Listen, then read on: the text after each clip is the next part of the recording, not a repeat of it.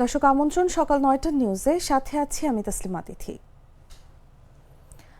অস্ট্রেলিয়ার পার্লামেন্টের speaker Milton ডিকের নেতৃত্বে একটি প্রতিনিধি দল চলতি সপ্তাহে ঢাকায় আসছে। সফরকালে জাতীয় সংসদের কার্যক্রম পর্যবেক্ষণ এবং সংসদ ভবন এবং জুলাই গণ অভ্যুত্থান স্মৃতি জাদুঘর পরিদর্শন করবেন তারা।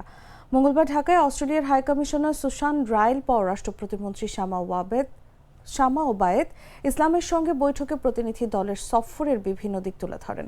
পররাষ্ট্র মন্ত্রণালয়ের এক সংবাদ বিজ্ঞপ্তিতে বলা হয়, সফরের সময় প্রতিনিধি দল জাতীয় সংসদের স্পিকার হাফিজউদ্দিন আহমদ এবং প্রতিমন্ত্রী শামা ওবায়েদের সঙ্গে সাক্ষাৎ করবেন। পররাষ্ট্র মন্ত্রণালয় জানিয়েছে, বৈঠকে বাংলাদেশের জ্বালানি চাহিদা মেটাতে অস্ট্রেলিয়া থেকে এলএনজি সরবরাহের সম্ভাবনা, কৃষি ও জলবায়ু পরিবর্তন খাতে সহযোগিতা এবং দ্বিপাক্ষিক বাণিজ্য ও বিনিয়োগ বৃদ্ধি বিষয়েও আলোচনা হয়েছে। অন্যদিকে প্রতিমন্ত্রী শামা ওবায়েদ বাংলাদেশের শ্রমশক্তির দক্ষতা উন্নয়ন এবং নারীর ক্ষমতায়নকে গুরুত্ব দিয়েছেন।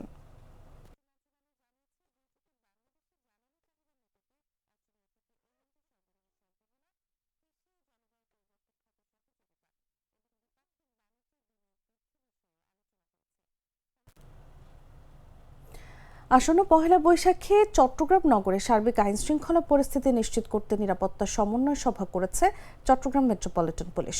মঙ্গলবার বেলা 11টায় সিএমপি হেডকোয়ার্টারের সম্মেলন কক্ষে অনুষ্ঠিত সভায় সভাপতিত্ব করেন সিএমপি কমিশনার হাসান মোহাম্মদ শওকত আলী। সভায় কমিশনার বলেন, বাংলা নববর্ষ বাঙালির সর্বজনীন উৎসব। এই উৎসব ঘিরে নগরবাসী যেন নিরাপদ ও নির্বিঘ্নে আনন্দ উদযাপন করতে পারেন, সে লক্ষ্যে সিএমপি সর্বোচ্চ প্রস্তুতি নিয়েছে। পাশাপাশি সংশ্লিষ্ট সংস্থাগুলোর মধ্যে সমন্বয় জোরদার এবং নাগরিকদের সচেতন ও সহযোগিতামূলক ভূমিকা পালনের আহ্বান জানান তিনি।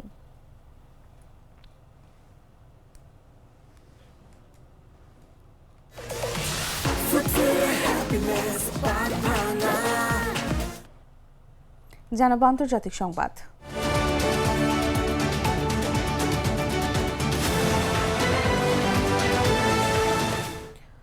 বার্তা সংস্থা মেহের এক বিবৃতিতে পাকিস্তান প্রস্তাবিত 2 সপ্তাহব্যাপী যুদ্ধবিরতি চুক্তিতে ইরানের সম্মত হওয়ার বিষয়টি নিশ্চিত করেছে। বিবৃতিতে তারা জানায়, ইরানের নতুন সর্বোচ্চ নেতা আয়াতুল্লাহ মোস্তফা খামেনির অনুমোদন ক্রমেই ইরান তাদের সম্মতি দিয়েছে। ওই বিবৃতিতে এই চুক্তিকে ইরানের জয় হিসেবে দেখা হচ্ছে। সেখানে বলা হয়, স্থায়ী চুক্তির আলোচনা হবে ইসলামাবাদে। এদিকে নাম প্রকাশে অনিচ্ছুক এক হোয়াইট হাউস কর্মকর্তার বরাত দিয়ে সিএনএন উল্লেখ করেছে, এই সাময়িক যুদ্ধবিরতিতে সম্মত হয়েছে ইসরায়েলও। হোয়াইট হাউসের একটি সূত্র জানায়, ইরান হরমুজ প্রণালী খুলে দিলেই যুদ্ধবিরতি কার্যকর হবে। তবে সিএনএন তাদের এক প্রতিবেদনে উল্লেখ করেছে, আমেরিকান বাহিনী ইরানের অভ্যন্তরে হামলা বন্ধ করেছে।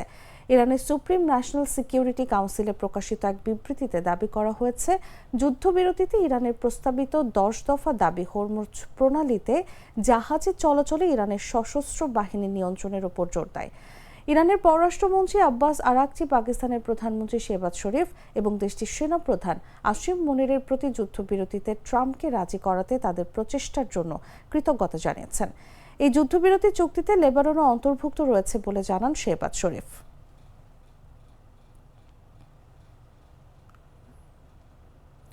ইরানের সর্বোচ্চ নেতা মোস্তফা খামেনি সব সামরিক ইউনিটকে হামলা বন্ধ করার নির্দেশ দিয়েছেন বলে জানিয়েছে দেশটির রাষ্ট্রীয় সম্প্রচার IRIB।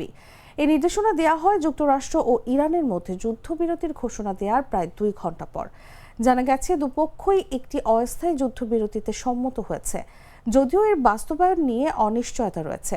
IRIB-তে প্রচারিত বিবৃতিতে বলা হয়, এটি যুদ্ধের সমাপ্তি নয়, তবে সব সামরিক শাখাকে সর্বোচ্চ নেতার নির্দেশ মেনে হামলা বন্ধ করতে হবে। বিশ্লেষকদের মতে, ইরানের সামরিক কাঠামো অনেকটাই বিকেন্দ্রীভূত হওয়ায় এই নির্দেশ সব জায়গায় কার্যকর হতে কিছুটা সময় লাগতে পারে। ফলে যুদ্ধবিরতির ঘোষণা সত্ত্বেও কিছু এলাকায় হামলা বা সংঘর্ষ চলতে দেখা যাচ্ছে।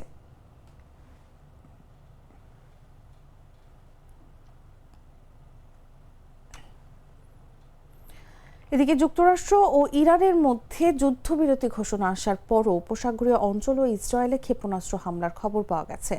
মার্কিন প্রেসিডেন্ট ডোনাল্ড ট্রাম্প 2 সপ্তাহের যুদ্ধবিরতির কথা জানানোর কিছুক্ষণ পরে বুধবার ভোরে বিভিন্ন দেশে সাইরেন বেজে ওঠে এবং আকাশে হামলার সতর্কতা জারি করা হয়। কুয়েত ও আমিরাত জানিয়েছে, তারা আগত ড্রোন ও ক্ষেপণাস্ত্র প্রতিহত করার চেষ্টা করছে। রাজধানী আবুধাবিতে একটি গ্যাস স্থাপনায় আগুন লাগার ঘটনায় কর্তৃপক্ষ দ্রুত ব্যবস্থা নেয়। কাতারের প্রতিরক্ষা মন্ত্রণালয় জানিয়েছে তারা সফলভাবে একটি ক্ষেপণাস্ত্র হামলা প্রতিহত করেছে। অন্যদিকে বাহরাইনে সাইরেন বাজিয়ে জনগণকে নিরাপদ আশ্রয়ে যাওয়ার নির্দেশ দেওয়া হয়েছে। সৌদি আরবের সিভিল ডিফেন্স আল খার্জ অঞ্চলে সম্ভাব্য বিপদের আগাম সতর্কতা জারি করেছে। ইসরায়েলের সেনাবাহিনী জানিয়েছে ইরান থেকে ছোড়া একাধিক ক্ষেপণাস্ত্র শনাক্ত করা হয়েছে এবং সেগুলো প্রতিহত করার চেষ্টা চলছে। দেশটির জরুরি সেবা সংস্থা মেগান ডেভিড অ্যাডম জানিয়েছে মধ্যাঞ্চলের কয়েকটি স্থানে ক্ষেপণাস্ত্র আঘাত হানার পর উদ্ধার কার্যক্রম চলছে।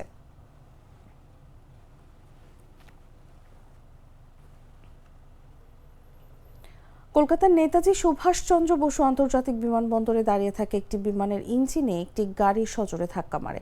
অল্পের জন্য বড় দুর্ঘটনা থেকে রক্ষা পায় বিমানটি। মঙ্গলবার বিমানবন্দর সূত্রে জানা গেছে এদিন রাতে নেতাজি সুভাষচন্দ্র বসু আন্তর্জাতিক বিমানবন্দরে বেসরকারি বিমান সংস্থা ইন্ডিগো 6E6663 একটি বিমানবন্দরের বে নম্বর 51-তে দাঁড়িয়েছিল। তার কিছু দূরে দাঁড়িয়েছিল একটি ছোট 4 চাকার গাড়ি। গাড়িটির হঠাৎ করে বিমানটির ডান দিকের ইঞ্জিনে সজোরে ধাক্কা মারে। বিমানের ইঞ্জিন এতে সামান্য ক্ষতিগ্রস্ত হয়, সেই সঙ্গে গাড়িটির সামনের অংশও ক্ষতিগ্রস্ত হয়। তবে সে সময় বিমানে কোনো যাত্রী ছিলেন না। ইন্ডিগো বিমান সংস্থা জানিয়েছে বিমানটি কলকাতা থেকে গুয়াহাটি যাওয়ার কথা ছিল। বিমানটি গুয়াহাটি যাওয়ার আগে পুঙ্খানুপুঙ্খভাবে পরিদর্শন এবং প্রয়োজনীয় রক্ষণাবেক্ষণের জন্য গ্রাউন্ডে রাখা ছিল। সে সময় দুর্ঘটনাটি ঘটে। যাত্রীদের সুবিধার কথা চিন্তা করে একটি বিকল্প বিমানের ব্যবস্থা করা হয়েছে।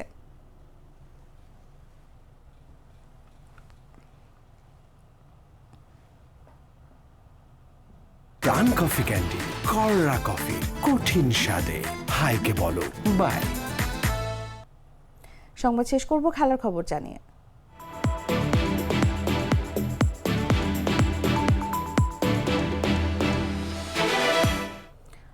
বাংলাদেশ ক্রিকেট বোর্ডের সবশেষ নির্বাচন নিয়ে জাতীয় ক্রীড়া পরিষদের তদন্ত প্রতিবেদনকে ত্রুটিপূর্ণ, খামখেয়ালি এবং আইনি ভিত্তিহীন আখ্যা দিয়ে তা সম্পূর্ণভাবে প্রত্যাখ্যান করেছেন সদ্য সাবেক সভাপতি আমিনুল ইসলাম বুলবুল।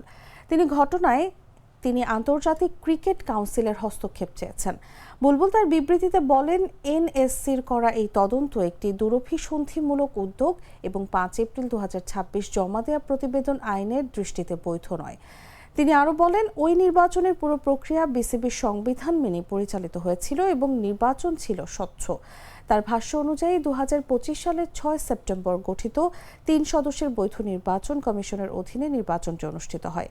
সেই কমিশনের প্রধান ছিলেন বাংলাদেশের সুপ্রিম কোর্টের জ্যেষ্ঠ আইনজীবী অ্যাডভোকেট মোহাম্মদ হুসাইন। বুলবুল জানান, নির্বাচনের আগে 15টি ক্লাব এবং তামিম ইকবালের কাউন্সিলরশিপ নিয়ে যেসব আপত্তি উঠেছিল সেগুলো 24 ও 25 সেপ্টেম্বর কোয়াসি জুডিশিয়াল শুনানির মাধ্যমে নিষ্পত্তি করা হয়েছিল। তার দাবি, এরপর নির্ধারিত সময়েই 6 অক্টোবর নির্বাচন অনুষ্ঠিত হয়।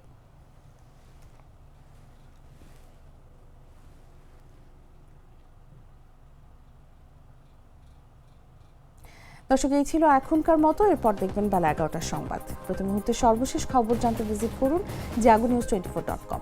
ফলো করুন আমাদের ভেরিফাইড ফেসবুক পেজ এবং সাবস্ক্রাইব করুন জাগো নিউজের ইউটিউব চ্যানেল। ধন্যবাদ সবাইকে।